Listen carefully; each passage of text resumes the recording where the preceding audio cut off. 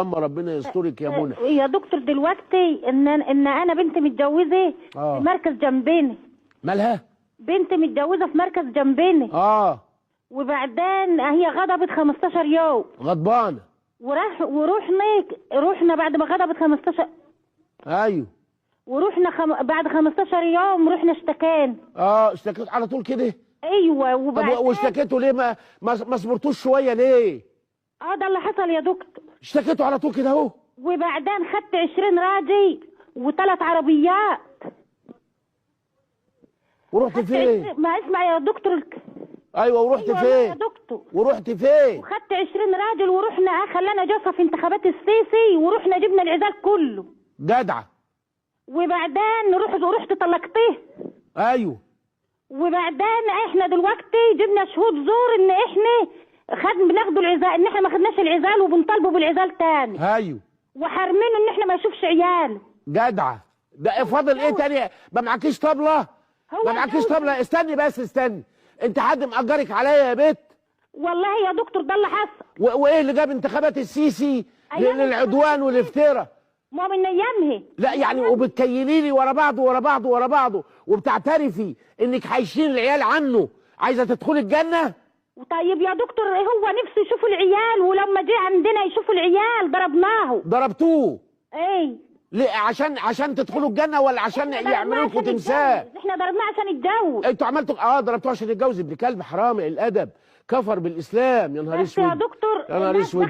المهم استني بس، يعني بنتك مخلفه منه كام؟ وبالتالي بنتين 2. ايوه. وفي عريس جه يقدر يشرب الشاي دلوقتي وعايز يتجوزها؟ لا ما فيش حد لحد دلوقتي. هي ولا حد هيجي لك ولا يعبرك ما دام عرفوا انك في توايه وخدت العزال يوم الانتخابات بتاع السيسي. يوم 20 وعجنتوا الراجل عجن لما جه يشوفوا علاده. مين هيتجوز بنتك؟ مش هيتجوز بنتك واحد الا واحد يقدر يخبطك بالشومه اخر. لا طب سؤالك ايه يا زينبو؟ هل ده حرام بقى؟ انا ظلمت البنت. حرامين 2 و4 حرامات و80 حراما بالتمييز يا بت. حرام مين يا بت؟ حرامين و4 يا بت. اشبعي حرامات. حرام عليكي يا اختي.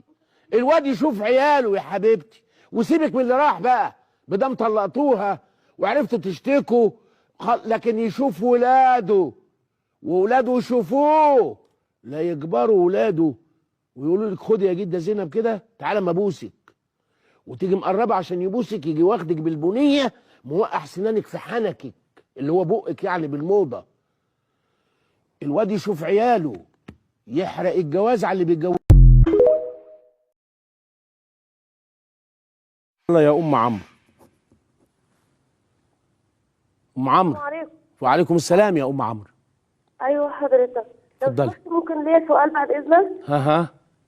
لو سمحت من فضلك، انا والدي متوفي من 13 سنه.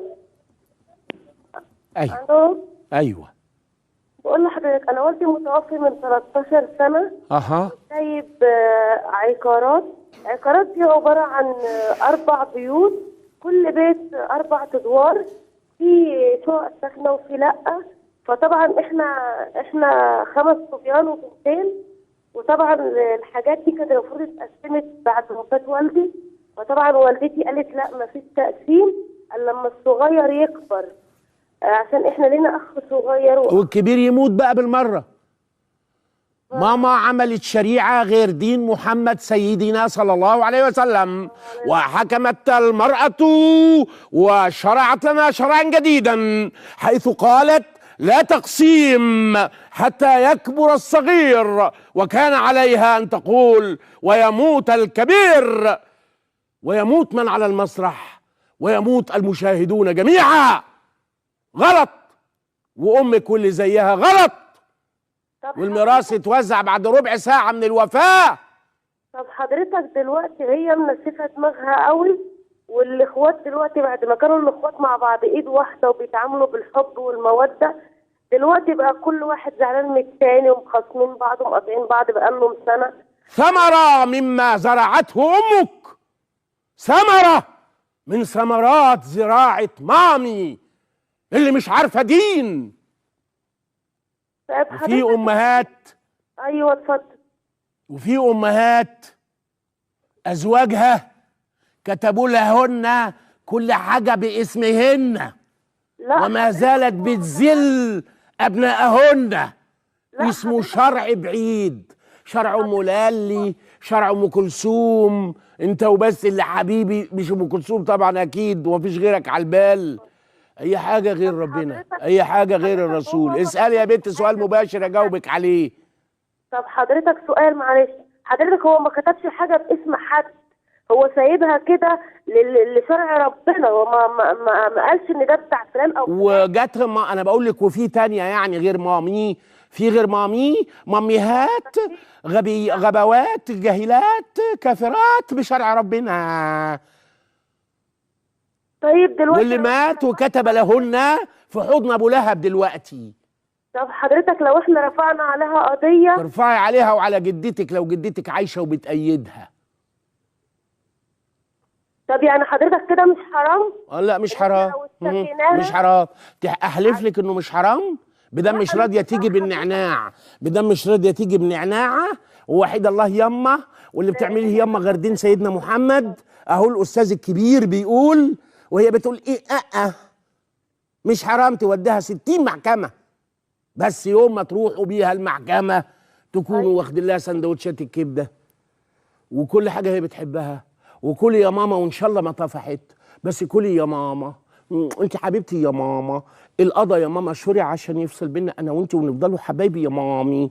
انت كده بتكفري يا ماما، ربنا ما قالش كده يا ماما، ولما ما قالش كده يا ماما، واوعي تسمعي كلام دجال يا ماما. الصغير ياخد حقه ويبقى له وصي لغايه لما يكبر ويرجع له حقه. وآتوا اليتامى أموالهم، أي الذين كانوا يتامى، لأنه بمجرد البلوغ لم يعد هنالك يتم، لكن الله عبر باعتبار ما كان، وهذا الذي يسميه العلماء مجازا مرسلا. علاقته اعتبار ما كان، أي آتوا الذين كانوا يتامى أموالهم. شكرا.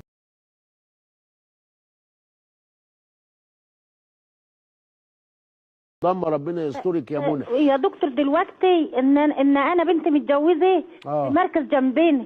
مالها؟